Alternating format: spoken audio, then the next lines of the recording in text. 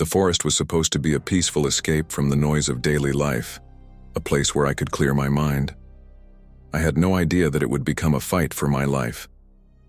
As I wandered deeper into the woods, the air seemed to grow heavier, the trees more oppressive.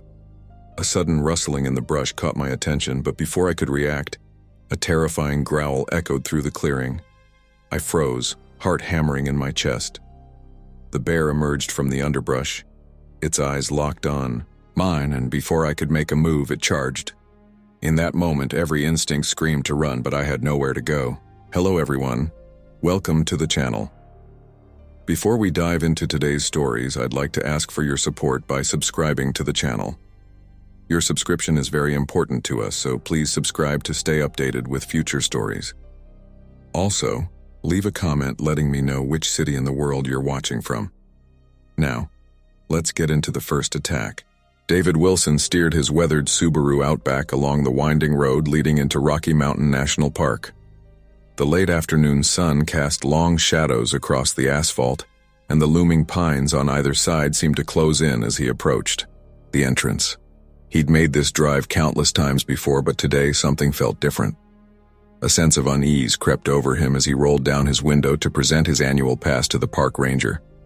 "Evening, sir," the ranger greeted him with a tired smile. "Heading in for some camping?" David nodded, trying to shake off his nervousness. "Yeah, just a quick overnight trip. Thought I'd take advantage of the good weather." The ranger's expression shifted slightly, a flicker of concern crossing his face. "Well, I'm glad you stopped by. We've had some increased bear activity in the area recently. Nothing too alarming, but it's always good to be extra cautious." David's grip tightened on the steering wheel. "Oh? Anything I should be particularly worried about?" The ranger handed him a pamphlet. "Just the usual precautions. Make sure to store your food properly, keep a clean campsite, and be aware of your surroundings. We've had a few reports of a black bear getting a bit too curious about campsites, but nothing aggressive so far. Thanks for the heads up," David replied, trying to keep his voice steady. "I'll be sure to keep an eye out." As he drove away, David couldn't shake the ranger's warning. He'd encountered bears before on his camping trips, but they'd always kept their distance. The idea of one actively approaching campsites sent a chill down his spine. The sun was dipping below the mountaintops as David pulled into his chosen campsite. He stepped out of the car, stretching his legs and taking in the crisp mountain air. The campground was relatively empty, with only a few other tents and RVs scattered among the trees.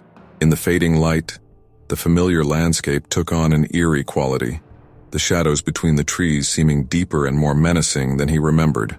"Get it together, David," he muttered to himself, shaking his head. "It's just camping. You've done this 100 times." He set about unloading his gear, the routine helping to calm his nerves. As he hammered the last tent stake into the ground, a twig snapped in the darkness beyond his campfire. David froze, his heart racing, as he peered into the gloom. For a moment, he could have sworn he saw a pair of gleaming eyes watching him from the underbrush. "Hello," he called out, his voice sounding small and uncertain in the vast wilderness. There was no response, just the soft rustling of leaves in the evening breeze. David took a deep breath, trying to rationalize his fear. "Probably just a deer," he said aloud, more to convince himself than anything else. Still, he found himself moving with extra caution as he finished setting up his camp. As the night deepened, David built a small fire, the flames casting flickering shadows that danced at the edge of his vision. He sat in his camp chair, absently poking at the embers with a stick as he tried to relax. The usual peace he felt in nature was elusive tonight, replaced by a gnawing anxiety that he couldn't quite shake. His stomach growled, reminding him that he hadn't eaten since lunch. David stood up, stretching, and made his way to the car. He'd left his cooler in the back seat, not wanting to attract any unwanted visitors to his tent. As he rummaged through the cooler, pulling out some sandwiches and a bag of trail mix, a gust of wind carried the scent of his food into the surrounding forest. David paused, suddenly aware of the potential mistake he'd made.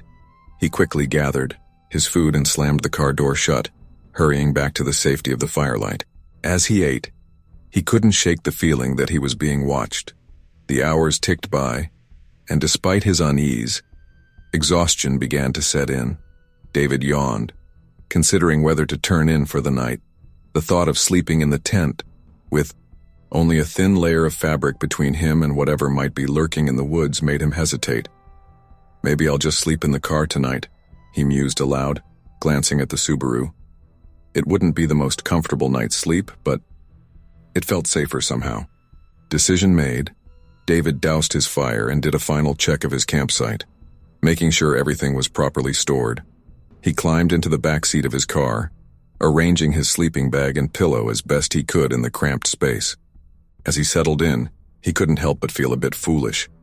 Here he was, an experienced camper, spooked by a few shadows and his own overactive imagination. "You're being ridiculous," he chided himself, closing his eyes and trying to relax.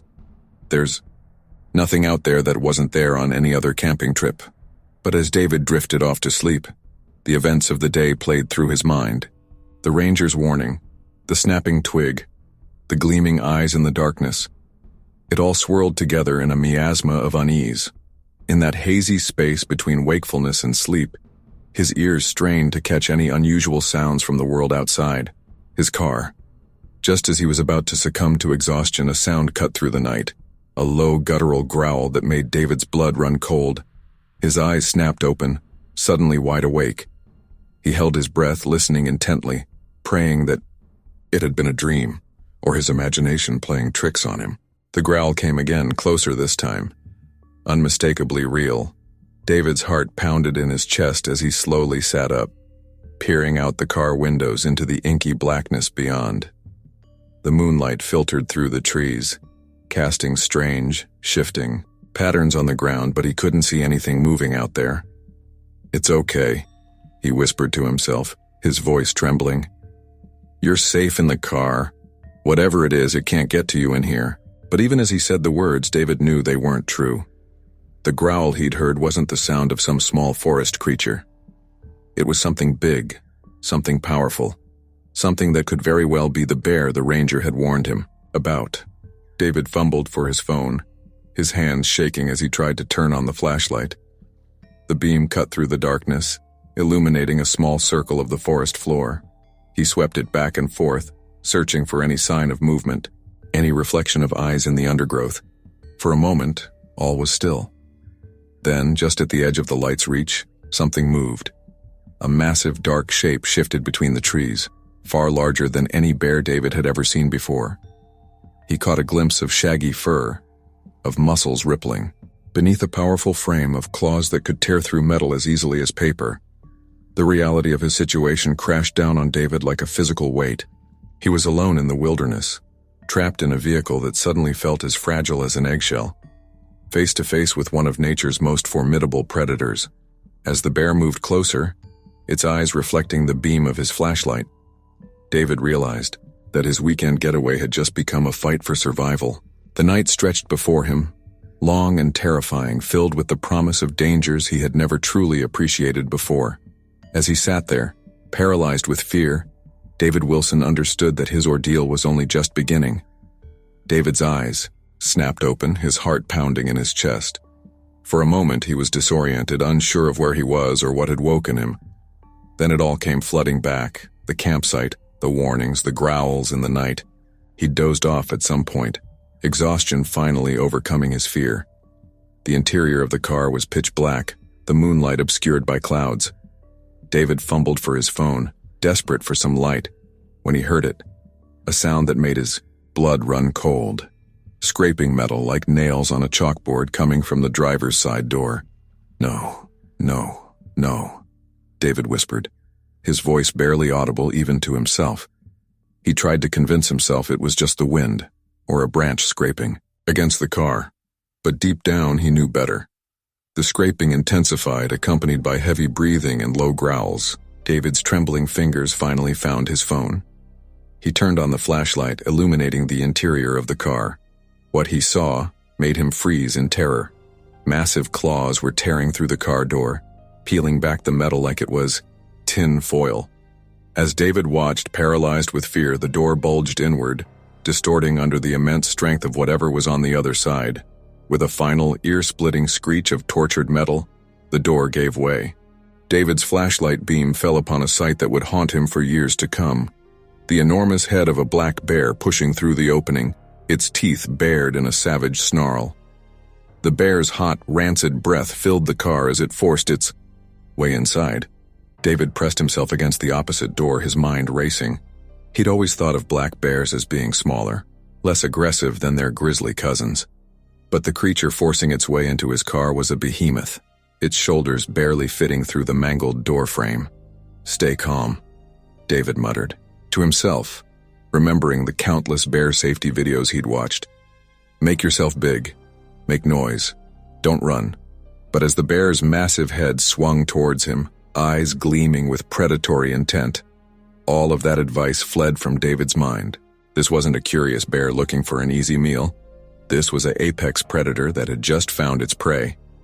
David's hand scrambled frantically across the back seat, searching for anything he could use as a weapon. His fingers closed around his water bottle. It wasn't much, but it was all he had. "Get out!" David yelled, his voice cracking with fear. He swung the water bottle at the bear's head, the impact reverberating up his arm. "Leave me alone." The bear barely seemed to notice the blow. It lunged forward, jaws snapping shut inches from David's face. He could see every detail of its mouth, yellowed teeth, strings of saliva, the black void of its throat that threatened to swallow him whole. In desperation, David kicked out with both feet, catching the bear in the chest. It was like kicking a brick wall. The bear reared back more in surprise than pain, giving David a moment to scramble further away. But in the confined space of the car, there was nowhere to go. The bear's powerful paw swiped at him, and David felt a searing pain as its claws ripped through his shirt and into the flesh of his arm. "Help!" David screamed, though he knew there was no one around to hear him. "Somebody help me!" Blood trickled down his arm, the metallic scent filling the air.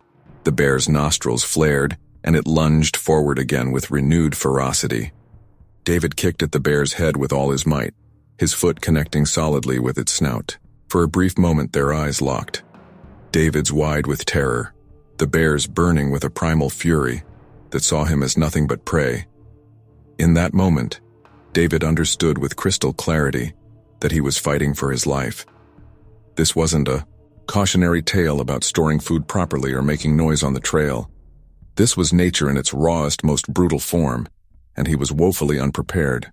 The bear shook its head, momentarily dazed by the kick. David seized the opportunity, his hand finding the door handle behind him. He threw his weight against the door, praying it would open. For one heart-stopping moment, the handle refused to budge. Then, with a click that sounded impossibly loud in the chaos of the moment, the door swung open. David tumbled out of the car, hitting the ground hard. Pain shot through his injured arm as he scrambled to his feet. He could hear the bear inside. The car, its massive body thrashing against the seats as it tried to turn around in the confined space. Without looking back, David ran. He sprinted towards the tree line, his feet pounding against the hard-packed earth of the campsite. Behind him, he could hear the bear's angry roars and the sound of tearing metal as it freed itself from the car. The forest loomed before him, dark and foreboding. In any other circumstance, David would have hesitated before plunging into the woods at night. But with the sound of heavy footfalls behind him, the forest suddenly seemed like his only hope for survival. Branches whipped across his face as he crashed through the underbrush.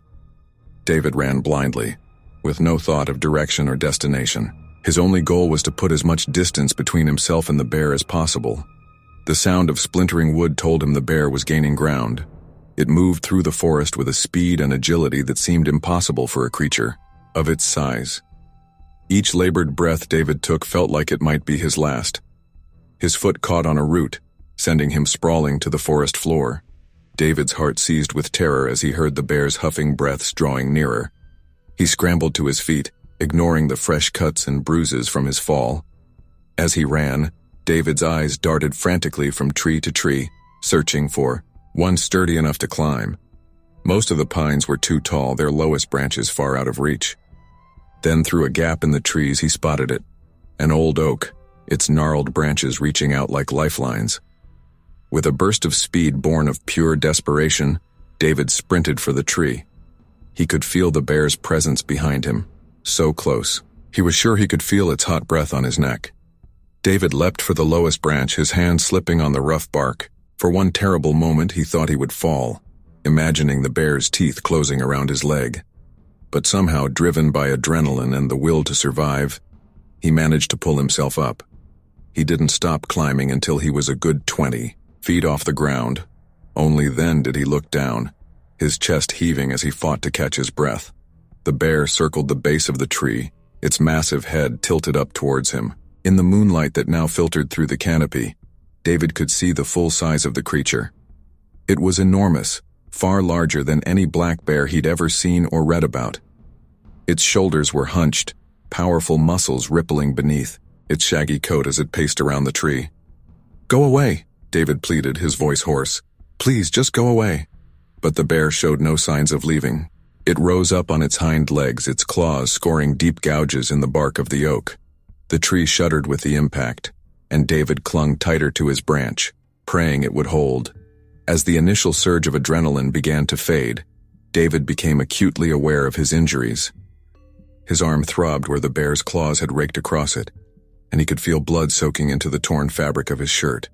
Numerous smaller cuts stung from his frantic run through the forest, and every muscle in his body ached from the climb. The night stretched on endlessly. David drifted in and out of awareness, exhaustion warring with the very real fear of falling from his perch. Every time he started to nod off, a growl or a scratch from below would jolt him back to full alertness. Hours passed like an eternity as David clung to the tree, shivering in the cool night air. The bear circled restlessly below, sometimes wandering a short distance away only to return, always watching, waiting for David to make a fatal mistake. As the first light of dawn began to filter through the trees, David allowed himself to hope. For the first time since the attack began, he knew black bears were primarily nocturnal. Maybe, with the coming of day, the creature would finally leave. But as he looked down at the patient predator below, meeting its dark, intelligent eyes once more, David realized that his ordeal was far from over.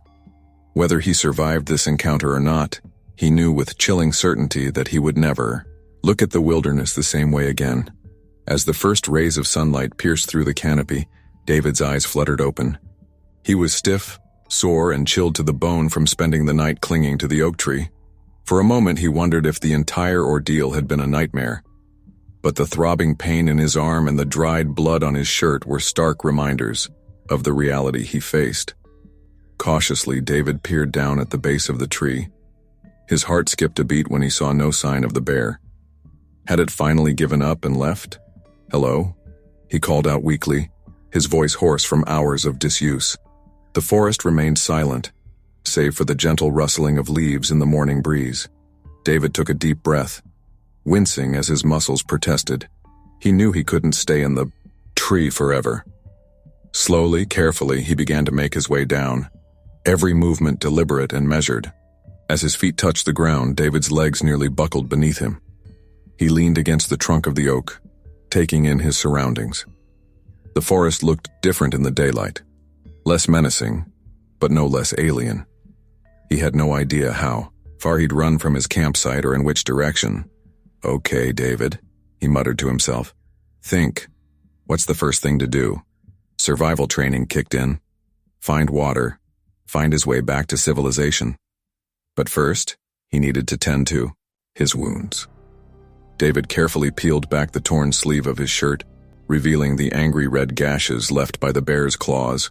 They weren't as deep as he'd feared, but the risk of infection was real. Using the cleanest part of his shirt, David tore off a strip of fabric and wrapped it tightly around his arm. It wasn't ideal, but it would have to do for now. With his makeshift bandage in place, David took a tentative step away from the tree. Each snapping twig and rustle of leaves made him flinch, his eyes darting around for any sign of the bear's return. "Get it together," he chided himself. "You can't stay here forever." David picked a direction that he hoped would lead him back to the campground and started walking. The forest was coming alive with the sounds of birds and small animals, a stark contrast to the terrifying silence of the night before. As he walked, David tried to piece together a plan. Find the campground, alert the rangers, get medical attention. Simple steps, yet with each passing minute the forest seemed to grow denser, more unfamiliar. A twig snapped loudly behind him. David whirled around, his heart pounding. There, not 20 yards away, stood the bear. It was even more massive in the daylight, its black fur matted and its eyes fixed squarely on David. "No, no, no," David whispered, backing away slowly. "This can't be happening." The bear let out a low growl, taking a step forward. In that moment, all thoughts of standing his ground or playing dead fled from David's mind. Adrenaline surged through him as he turned and ran. Branches whipped across his face as he crashed through the underbrush. He could hear the bear's heavy footfalls behind him, the sound of splintering wood telling him it was gaining ground. David's lungs burned as he ran, each labored breath feeling like it might be his last. He didn't dare look back, focusing all his energy on putting one foot in front of the other. Suddenly, the ground beneath his feet changed. Instead of soft forest loam, he was running on hard-packed dirt. A trail. David's heart leapt with hope. Where there was a trail, there might be people. "Help!" he screamed between gasps. "Somebody, help me!" But his cries were met only with the sound of the bear crashing through the forest behind him. David pushed himself harder, ignoring the protests of his exhausted muscles. The trail curved sharply, and as David rounded the bend, he saw something that made his heart soar. A small wooden structure ahead. A ranger station. With renewed energy, David sprinted towards the building. He could see a figure moving inside, a park ranger, radio in hand, turning towards the commotion. "Bear!" David yelled, his voice cracking. "Help me!" The ranger's eyes widened as he took in the scene. David, bloodied and terrified, running towards the station with a massive black bear in hot pursuit. Time seemed to slow down. David could hear the ranger shouting into his radio, could see him reaching for something on his belt. But all of that faded into the background as David focused on the last few yards between him and safety. With a final burst of speed, David reached the station's porch. He leapt up the steps, practically falling through the door as the ranger pulled him inside. "Get down!" the ranger yelled, pushing David to the floor. David heard a loud bang, followed by another. He looked up to see the ranger standing in the doorway, a large canister in his hands. The acrid smell of pepper spray filled the air. For several tense moments, the only sound was David's ragged breathing and the ranger's steady voice speaking into his radio. Then finally the ranger turned to him. "Are you all right, sir?" he asked, kneeling beside David. David tried to speak, but no words came out. The adrenaline that had kept him going was fading, leaving him shaky and disoriented. He managed a weak nod. "My name's Mike," the ranger said, helping David to a chair. "That was one hell of a close call. Can you tell me what happened?" Slowly, haltingly, David recounted his ordeal, the initial attack on his car, the night spent in the tree, the terrifying chase through the forest. As he spoke, Mike tended to his wounds, cleaning the gashes on his arm and applying proper bandages. "You're lucky to be alive," Mike said when David finished his story. "That bear, and from your description it sounds like it might be the one we've been having trouble with. Unusually aggressive, far larger than typical for the area." "What's going to happen now?" David asked, his voice barely above a whisper. Mike sighed. "We'll get you to a hospital first, make sure those wounds are properly treated. Then we'll need your help to file a report. As for the bear, well, we'll have to track it down. An animal that aggressive can't be allowed to roam free in the park." As the adrenaline continued to fade, the full weight of what had happened began to settle on David. He'd survived, yes, but the ordeal was far from over. There would be questions, reports, maybe even a hunt for the bear. And beyond all that, David knew that the memory of those terrifying hours would stay with him for a long, long time. "I just wanted a quiet camping trip," David said, a hysterical laugh bubbling up in his throat. "How did it all go so wrong?" Mike patted his shoulder sympathetically. "Nature can be unpredictable, Mr. Wilson. What matters is that you survived. Everything else, we'll deal with that one step at a time." As David sat in the safety of the ranger station, waiting for the medical team to arrive, he found himself staring out the window at the peaceful-looking forest. It all looked so normal, so benign. Yet he knew that somewhere out there, a massive black bear was roaming, a reminder of the wild and often dangerous heart of nature. The sound of approaching sirens pulled David from his thoughts. Help was coming, he was safe. But as he watched the paramedics pull up, David couldn't shake the feeling that while his physical ordeal might be ending, his journey to come to terms with what had happened was only just beginning. The ambulance sped down the winding mountain road, its siren piercing the early morning calm. Inside, David sat on a gurney, his arm freshly bandaged and an IV drip feeding fluids into his system. The events of the past night played on loop in his mind, each replay feeling more surreal than the last. "How are you feeling, Mr. Wilson?" the paramedic asked, checking his vitals for what seemed like the 100th time. David managed a weak smile. "Like I went 10 rounds with a bear and lost." The paramedic chuckled, but there was concern in her eyes. "Well, from what I hear, you held your own pretty well. Not many people can say they survived a night like that." As the ambulance wound its way out of the park and towards the nearest hospital in Estes Park, David's thoughts drifted to what awaited him. How would he explain this to his colleagues? His family? Would anyone even believe him? The hospital was a flurry of activity. David was whisked through triage and into an examination room, where a doctor meticulously cleaned and stitched his wounds. "You're very lucky, Mr. Wilson," the doctor said as he worked. "These gashes are deep, but they missed any major arteries. With proper care, they should heal without significant scarring."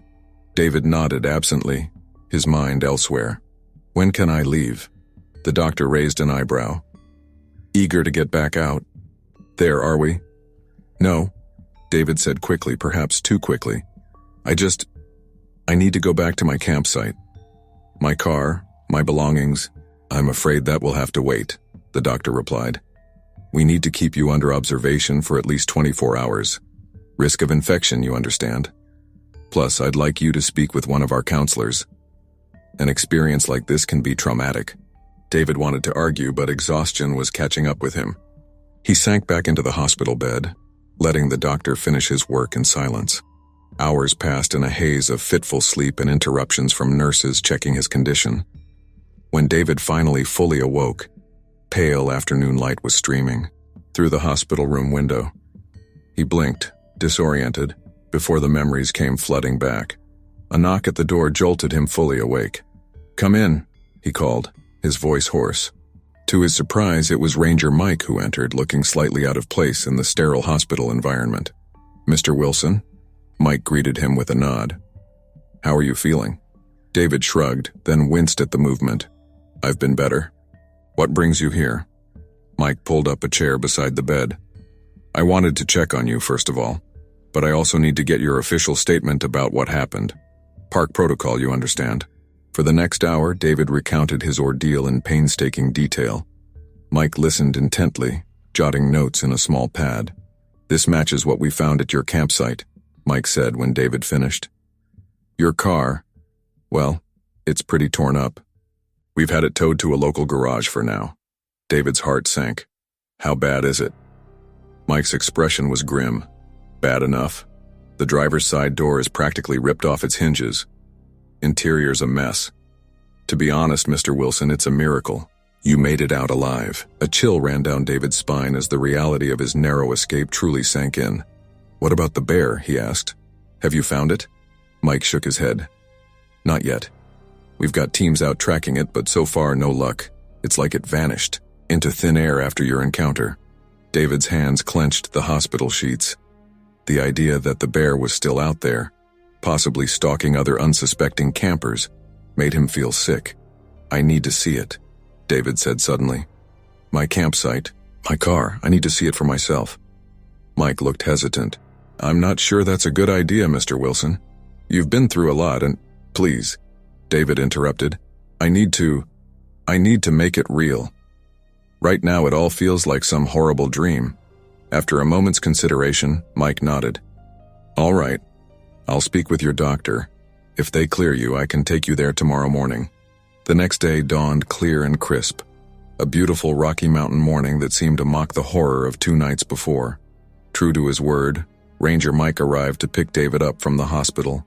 The drive back into the park was tense, David's eyes scanning the tree line, half expecting to see the bear emerge at any moment.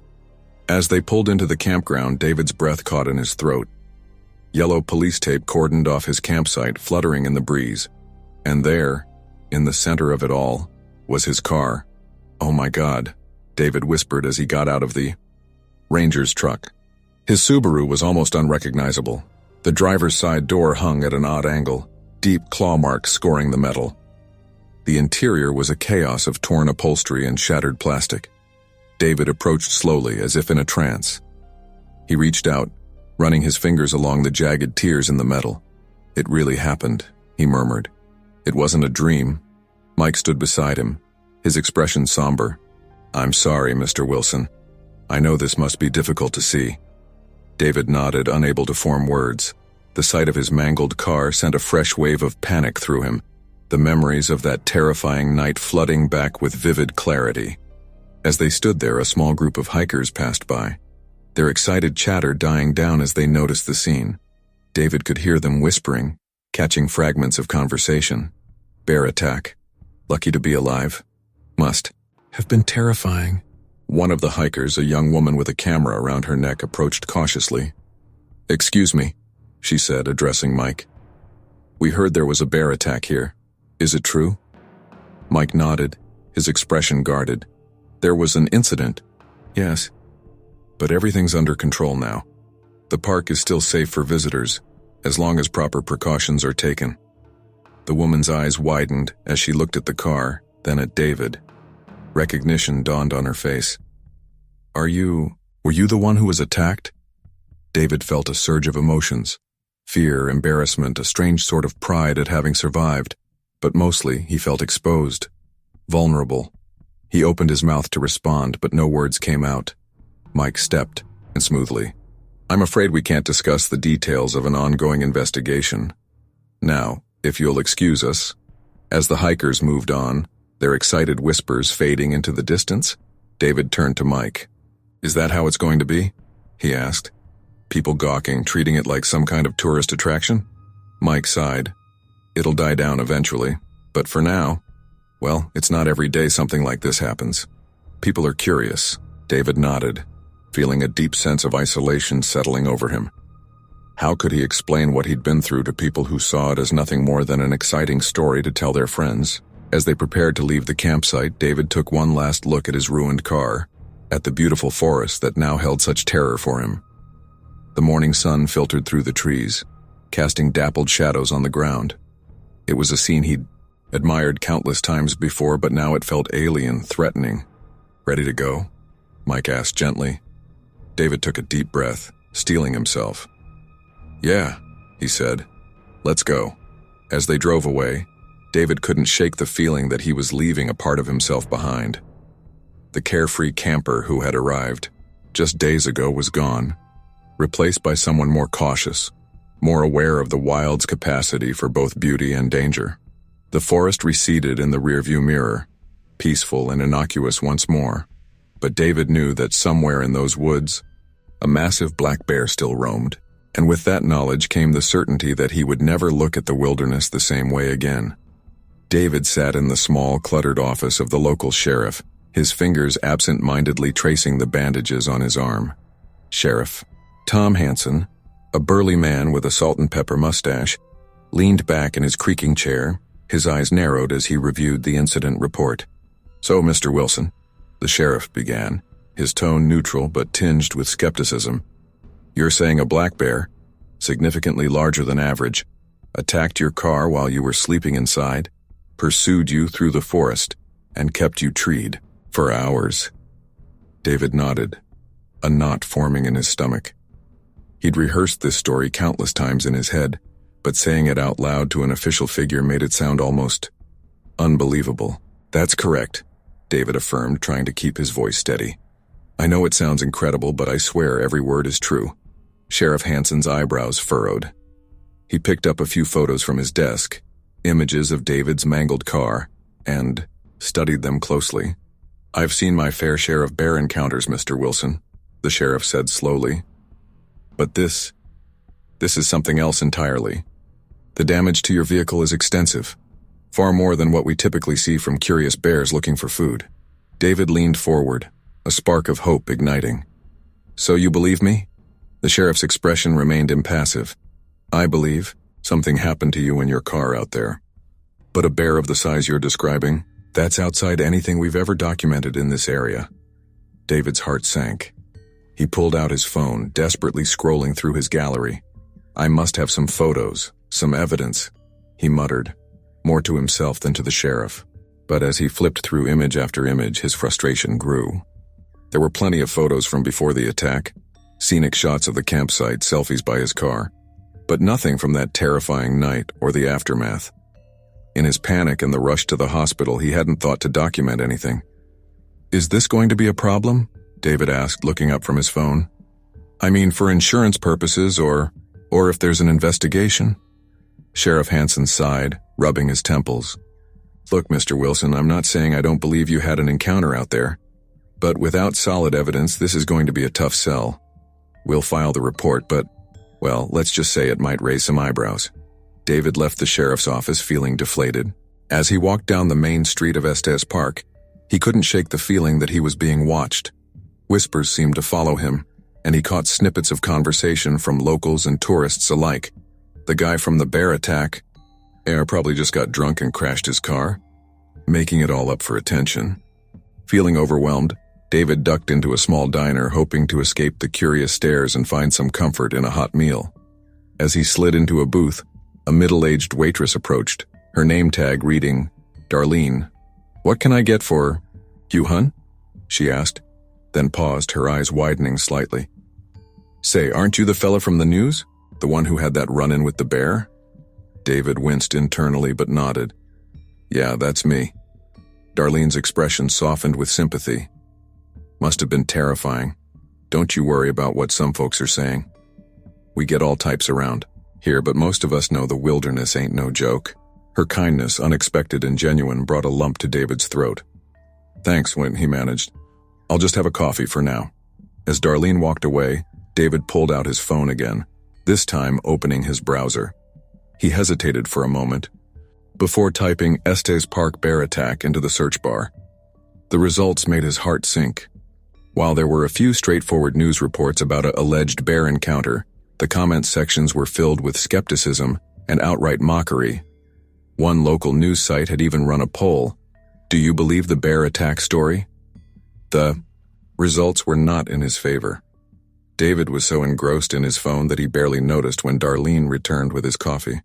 She glanced at his screen and clicked her tongue sympathetically. You shouldn't be reading that garbage, hun, she said gently. Nothing good comes from obsessing over what strangers on the internet think. David looked up, managing a weak smile. I know, it's just, I lived through this. I have the injuries to prove it. Why is it so hard for people to believe? Darlene slid into the seat across from him, her eyes kind. People fear what they don't understand. And sometimes, it's easier to dismiss something than to face the idea that nature can be that unpredictable and dangerous. Her words struck a chord with David. He realized that part of his desperation for people to believe him wasn't just about validation. It was about warning others, about making sure no one else had to go through what he did. What should I do? He asked, surprising himself with the question. Darlene patted his hand. You focus on healing, both those wounds on your arm and the ones we can't see. The truth has a way of coming out one way or another. As David left the diner, he felt a mix of emotions swirling within him. The doubt and skepticism from others stung, but Darlene's kindness had given him a glimmer of hope. He made his way to the local clinic for a follow-up on his injuries. The doctor, a young woman named Dr. Sarah Chen, examined his wounds with a practiced eye. These are healing nicely, she said, carefully rewrapping his arm. But I'm more concerned about how you're doing mentally. An experience like yours can leave scars that aren't visible. David nodded, the weight of the past few days pressing down on him. I'm not sure how I'm doing, to be honest. Everything feels surreal. And it doesn't help that half the town seems to think I'm making it all up. Dr. Chen's expression grew serious. Mr. Wilson, I've seen your injuries firsthand. While I can't speak to the exact circumstances, these are consistent with a large animal attack. Have you considered speaking with a trauma counselor? The suggestion caught David off guard. I hadn't really thought about it, he admitted. It might help, Dr. Chen said gently. not just to process what happened, but to give you strategies for dealing with the doubt and skepticism you're facing. As David left the clinic, prescription in hand and a counselor's number in his phone, he felt a strange mix of exhaustion and determination. The sun was setting over the mountains, painting the sky in brilliant oranges and pinks. It was the kind of view he'd come here to enjoy, but now it filled him with a complicated tangle of emotions. He thought about the bear, still out there, somewhere in those beautiful, treacherous mountains. He thought about the disbelieving looks, the whispers, the online comments. But he also thought about Darlene's kindness and Dr. Chen's understanding. David realized that his journey was far from over. The physical wounds would heal, leaving scars that would fade with time. But the real challenge lay ahead, coming to terms with his experience, finding a way to make peace with the wilderness he once loved and somehow conveying the reality of what he'd been through. As he walked back to his hotel, David made a decision. He would tell his story not for validation or attention, but as a testament to the unpredictable power of nature and the strength of the human spirit. Whether people believed him or not, he knew the truth, and maybe, just maybe, his experience could help someone else stay safe in the wild. The mountains loomed in the distance, beautiful and forbidding. David took a deep breath of the crisp mountain air. He was changed, yes, but he was also alive. And for now, that would have to be enough. David sat nervously in the lobby of the local news station, Kep's TV. A week had passed since his encounter with the bear, and while his physical wounds were healing, the emotional scars remained raw. He fidgeted with the cuff of his shirt, careful not to disturb the bandages underneath. "Mr. Wilson?" A young woman with a clipboard approached him. "I'm Jenny, the production assistant. We're ready for you now." David followed Jenny through a maze of corridors, the bustle of the newsroom a blur around him. They stopped outside a small studio, where a woman in her mid-30s was touching up her makeup. "Mr. Wilson, this is Tricia Langley. She'll be conducting the interview," Jenny introduced them. Tricia turned, offering a practiced smile that didn't quite reach her eyes. "David, it's great to meet you. Are you ready to share your bear encounter with our viewers?" David nodded, trying to quell the unease in his stomach. "As ready as I'll ever be, I suppose." As they settled into their seats under the bright studio lights, David couldn't shake the feeling that this was a mistake, but he had to try. People needed to know the dangers lurking in the wilderness. "We're live in 3, 2, 1, the cameraman counted down. Tricia's demeanor shifted instantly, her smile widening as she faced the camera. "Good evening, Estes. Park, I'm Tricia Langley, and tonight we have a special guest. David Wilson claims to have survived a harrowing encounter with an unusually aggressive black bear, right here in Rocky Mountain National Park. David, welcome to the show." "Thank you for having me," David replied, his mouth suddenly dry. "So, David," Tricia began, her tone light but with an undercurrent of skepticism, "why don't you tell our viewers about your experience?" David took a deep breath and recounted his story, trying to keep his voice steady as he described the terror of that night. As he spoke, he could see Tricia's expression shifting, her eyebrows rising in what seemed like disbelief. "That's quite a tale, David," Tricia said when he finished. "But some of our viewers might find it hard to believe. After all, black bears are typically shy creatures. What would you say to those who doubt your story?" David felt a flicker of frustration. "I understand the skepticism, I do. But I know what I experienced. The rangers found my car, saw the damage, I have the injuries to prove it." Tricia nodded, her smile never wavering. "Speaking of your injuries, our viewers might be interested to know that you declined to show them on camera. Why is that?" They're still healing," David stammered, caught off guard. "And honestly, I'm not comfortable displaying them like some sort of circus attraction." Of course," Tricia said smoothly. "Now let's talk about bear safety. What advice would you give our viewers who might be planning a camping trip?" The rest of the interview passed in a blur. David tried his best to emphasize the importance of proper food storage and being aware of one's surroundings, but he couldn't shake the feeling that his message wasn't getting through. As the camera light blinked off, Tricia's smile faded. "Thanks for coming in, David. That was interesting." David left the studio feeling deflated. He pulled out his phone, dreading what he might find. Sure enough, the station had already posted a clip of the interview online. The comment section was a minefield of disbelief and mockery. Another attention seeker making up stories. If it was really that bad, why won't he show his injuries? I've been camping here for 20 years and never seen a bear act like that. Fake news. David's hands shook as he scrolled through the comments. He'd hoped that by sharing his story he could warn others and maybe find some validation. Instead, he felt more alone than ever. The next morning, David found himself sitting across from Ranger Mike in the park's main office. The ranger's expression was sympathetic but tinged with concern. "I saw your interview, David," Mike said gently. "I understand you're trying to warn people, but what?" David asked, a hint of defensiveness creeping into his voice. Mike sighed. "But we have to be careful about the message we're sending. We don't want to create unnecessary panic. Black bear attacks, especially ones as aggressive as you described, are incredibly rare." "So you don't believe me either?" David felt a knot forming in his throat. "It's not that," Mike assured him. "I believe something happened to you out there. But without concrete evidence, we have to stick to the facts we can verify." David leaned forward, frustration evident in his voice. "What about my car? The claw marks, the damage?" "We've examined the vehicle," Mike explained. "There's definitely evidence of bear activity, but, well, it's not conclusive proof of an attack as severe as you described." David slumped back in his chair, feeling defeated. "So what happens now?" Mike's expression softened. "We're increasing patrols in the area where your incident occurred. We're also reinforcing our educational programs about bear safety. Your experience, regardless of the details, is a good reminder for everyone to stay vigilant in bear country." As David left the ranger station, he felt a mix of emotions. He was glad that some action was being taken, but the persistent doubt from others was wearing him down. He found himself wandering to a local coffee shop, needing a moment to gather his thoughts. As he sipped his latte, he overheard a conversation from the table next to him. "Did you see that bear attack story on the news last night?" "Yeah. Can you believe that guy?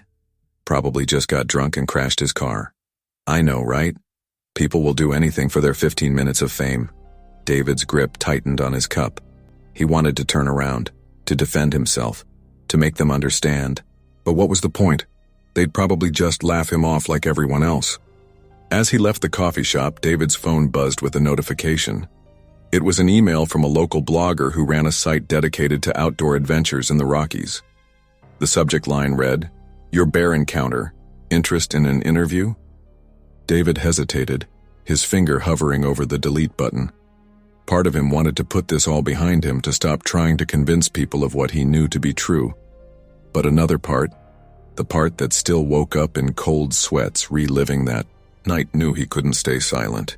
With a deep breath, David opened the email and began to type a response. Maybe this time would be different. Maybe someone would finally listen. And if not, well, at least he could say he tried. As he hit send, David gazed out at the mountains, looming in the distance. They were beautiful, majestic, and now forever changed in his eyes. He knew the truth of what lurked in those woods, even if no one else believed him. And that knowledge, for better or worse, would stay with him always. Weeks had passed since David's encounter with the bear, and the physical wounds had mostly healed. The emotional scars, however, remained raw and tender. Despite the skepticism he'd faced, or perhaps because of it, David found himself drawn back to Rocky Mountain National Park. He needed closure, needed to face his fears head-on. As David's rental car wound its way up the familiar mountain road, his knuckles whitened on the steering wheel. Every shadow between the trees seemed to move. Every rustling branch made his heart race. He pulled into the visitor center parking lot, taking a moment to collect himself before stepping out. Inside, he approached the information desk where a young ranger greeted him with a smile. "Welcome to Rocky Mountain National Park. How can I help you today?" David took a deep breath. I was here a few weeks ago. I had an encounter with a bear. I was wondering if there have been any other sightings or incidents since then." The ranger's smile faltered slightly. "Oh, you must be Mr. Wilson. We heard about your experience. I'm sorry, but we haven't had any confirmed sightings of an unusually large or aggressive bear in the area." David nodded, trying to hide his disappointment. I see. Well, I was thinking of revisiting my old campsite. Is that area open? It is, the ranger replied, a note of concern in her voice. But are you sure that's a good idea, given what happened? I need to do this, David said firmly. I can't let fear control me forever. The ranger nodded, understanding in her eyes. All right. Just please be careful and follow all bear safety protocols. And here, she handed him a small canister. Take some bear spray just in case. David thanked her and headed back to his car. As he drove towards his old campsite, memories of that terrifying night flooded back. His palms grew sweaty and he found himself constantly checking his rearview mirror, half expecting to see a massive black shape lumbering after him. Finally, he arrived at the familiar clearing. The yellow police tape was long gone, but David could still see the faint tire tracks where his mangled car had been towed away. He parked and stepped out, his legs shaky. Every rustle in the undergrowth sent his heart racing as he scanned the tree line, half expecting to see the bear emerge at any moment. David touched the scars on his arm, the only tangible proof of his ordeal, and wondered if he was making a terrible mistake by coming back here. As he stood there, frozen between fear and determination, a twig snapped loudly behind him. David whirled around, bear spray in hand, only to find himself face to face with an older man carrying a large backpack. "Whoa there, son," the man said, holding up his hands. "Didn't mean to startle you." David lowered the bear spray, his heart pounding. "I'm sorry, I'm a bit on edge." The man nodded understandingly. "No worries. Name's Bill. I'm guessing you're the fella who had that run-in with the bear a while back?" David blinked in surprise. You know about that?" Bill chuckled. "News travels fast in these parts. Plus, I've been coming to this park for 30 years. I make it my business to know what's going on." As they talked, David found himself opening up to Bill, recounting his experience and the frustration of not being believed. Bill listened intently, his weathered face thoughtful. "You know," Bill said when David finished, "I've seen a lot in my years of camping and hiking. Nature has a way of reminding us how small we are. What you went through, it's not unheard of." David felt a wave of relief wash over him. "You believe me?" Bill nodded. "I've had my own close calls out here. Not quite as dramatic as yours, mind you, but enough to know that anything's possible in the wild." As night began to fall, Bill invited David to share his campfire. They sat together, the crackling flames casting dancing shadows on the surrounding trees. Despite his lingering fear, David found comfort in the familiar sounds and smells of the forest. "So, what brought you back here?" Bill asked, poking at the fire with a stick. David stared into the flames, considering the question. "I needed to face it, I guess. To prove to myself that I could." Bill nodded approvingly. "Facing your fears head on. That takes guts." As they talked into the night, David felt some of the tension he'd been carrying for weeks begin to ease. Bill shared stories of his own adventures and misadventures in the park, painting a picture of a wilderness that was both beautiful and unpredictable. When it came time to turn in, David hesitated. The thought of sleeping in a tent, with only a thin layer of fabric between him and the forest, made his palms sweat. Bill seemed to sense his unease. "You know, there's no shame in sleeping in your car if that makes you feel safer. Baby steps, right?" David nodded gratefully. As he settled into the back seat of his rental car, he realized that while the fear was still there, it no longer consumed him entirely. The forest outside his windows was the same one that had terrified him weeks ago, but now he could also see its beauty again. As dawn broke, David awoke to the sound of birdsong. He stepped out of the car, stretching his stiff muscles, and took a deep breath of the crisp mountain air. Bill was already up, brewing coffee over a small camp stove. "Morning," Bill greeted him. "How'd you sleep?" "Better than I expected," David admitted. "Thank you for everything." As they sipped their coffee, watching the sun rise over the mountains, David felt a sense of peace he hadn't experienced since before the attack. The forest was coming alive around them, and for the first time in weeks, he didn't flinch at every sound. "You know," Bill said thoughtfully, "what happened to you was real, regardless of what anyone else believes. But don't let it define you. Let it be a part of your story, not the whole story." David nodded, his throat tight with Emotion. As they packed up their camp, he took one last look around the clearing. The fear was still there, a low hum in the back of his mind, but it no longer paralyzed him. As David drove out of the park, he felt different. The experience had changed him. There was no denying that. But he had faced his fears, had returned to the scene of his nightmare, and had come out the other side. He knew he would never feel completely at ease in the wilderness again, but he also knew he wouldn't let fear keep him from experiencing its beauty. The mountains receded in his rearview mirror, majestic and indifferent to the dramas that played out in their shadow. David Wilson had entered those mountains as a victim. He left them as a survivor, carrying with him a newfound respect for the wild and a deeper understanding of his own resilience. David Wilson stood at the window of his Boulder apartment, gazing out at the flatirons in the distance. The familiar view that had once filled him with excitement now stirred a complex mix of emotions. It had been 2 months since his harrowing encounter with the bear in Rocky Mountain National Park, and while life had largely returned to normal, the experience had left an indelible mark on his psyche. With a sigh, David turned away from the window and moved to his desk. His laptop was open, displaying a local hiking group's website. His cursor hovered over the Join Us button for their upcoming trail maintenance day.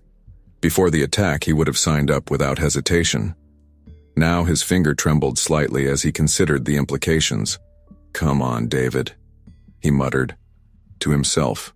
"It's just a day hike, with a group, in broad daylight." Despite his self-encouragement, he couldn't bring himself to click. Instead, he closed the laptop and stood up, pacing the room restlessly. His eyes fell on the small bag of trail mix on his kitchen counter, a remnant of his old hiking habits that now seemed like a relic from another life. A sharp knock at the door made David jump, his heart rate spiking instantly. He took a deep breath, trying to calm himself. "It's just the door," he said aloud, moving to answer it. His neighbor Sarah stood in the hallway with a friendly smile. "Hey David, a bunch of us are heading up to Chautauqua for a picnic and some easy trails. Want to join?" David hesitated, his mind racing through all the potential dangers. I'm not sure, Sarah. I've got some work to catch up on." Sarah's smile faltered slightly. "Come on. It'll be good for you to get out. You've been cooped up in here for weeks. I appreciate the invite, but I really shouldn't," David replied, already starting to close the door. "Okay, but if you change your mind, you know where to find us," Sarah said, her voice tinged with concern. As David closed the door, he leaned against it, closing his eyes. He knew his friends were worried about him, but how could he explain the constant fear that now shadowed his every thought of the outdoors? That night, as David prepared for bed, he found himself double-checking the locks on his doors and windows. Logically, he knew that a bear wasn't going to break into his third-floor apartment in the middle of Boulder, but logic did little to quell his anxiety. As he lay in bed, the shadows in his room seemed to shift and move. Every creak of the building, every distant car horn, set his nerves on edge. Sleep, when it finally came, was fitful and filled with vivid nightmares. In his dreams, David relived the attack over and over. The bear's hot breath, the searing pain of claws ripping into his flesh, the paralyzing fear as he clung to the tree. It all felt as real as it had that night. He woke with a start, drenched in cold sweat, the phantom sensation of claws tearing into his arm. Breathing heavily, David fumbled for the light switch. The warm glow of his bedside lamp did little to dispel the lingering terror of his dream. He glanced at the clock, 3:27 a.m. With a sigh, he got up, knowing from experience that more sleep would be elusive. He made his way to the kitchen, brewing a pot of coffee despite the early hour. As the coffee maker gurgled, David found himself drawn back to the window. The pre-dawn sky was just beginning to lighten, the stars fading as the first hints of pink touched the horizon. The sight of the mountains in the distance, usually so comforting, now filled David with a mixture of longing and dread. He missed the person he used to be, the avid hiker and camper who found solace in nature. But that person seemed like a stranger now, separated by an insurmountable wall of fear. Later that morning, David found himself in the break room at work, half listening to his colleagues discuss their weekend plans. "I'm telling you, the wildflowers up in the Indian Peaks are incredible right now," his coworker Mike was saying. "You should come with us on Saturday, David. It'll be a great hike." David felt all eyes turned to him, waiting for his response. He cleared his throat uncomfortably. "Thanks, but I've got plans already." Mike raised an eyebrow. "Come on, man. You used to be up for any trail. What's going on with you lately?" The concern in Mike's voice was evident, but David couldn't bring himself to explain.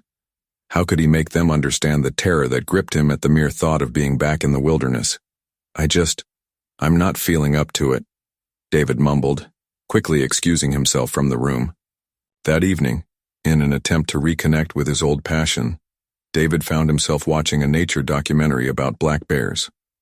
He thought it might help him process his experience, to see bears in a different light. As he watched the bears, on-screen foraging and playing, David felt a strange disconnect. These creatures seemed so different from the monster that had attacked him. And yet, as the documentary showed a bear standing on its hind legs, David's breath caught in his throat.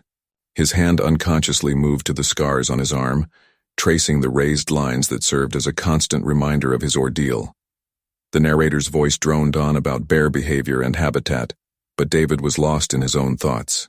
He realized that the true horror of his experience lay not in the attack itself, but in the knowledge that he'd never feel truly safe in the wilderness again.